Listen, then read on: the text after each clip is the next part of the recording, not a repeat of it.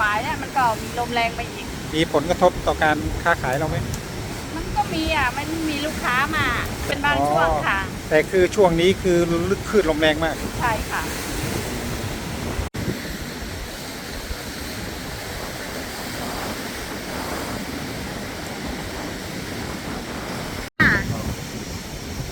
ห้องอะไรห้องรวมหรือว่าห้องรวมห้องเดียวมีค่ะห้องรวมก็มีห้องรวม1 ห้องห้องเดียว4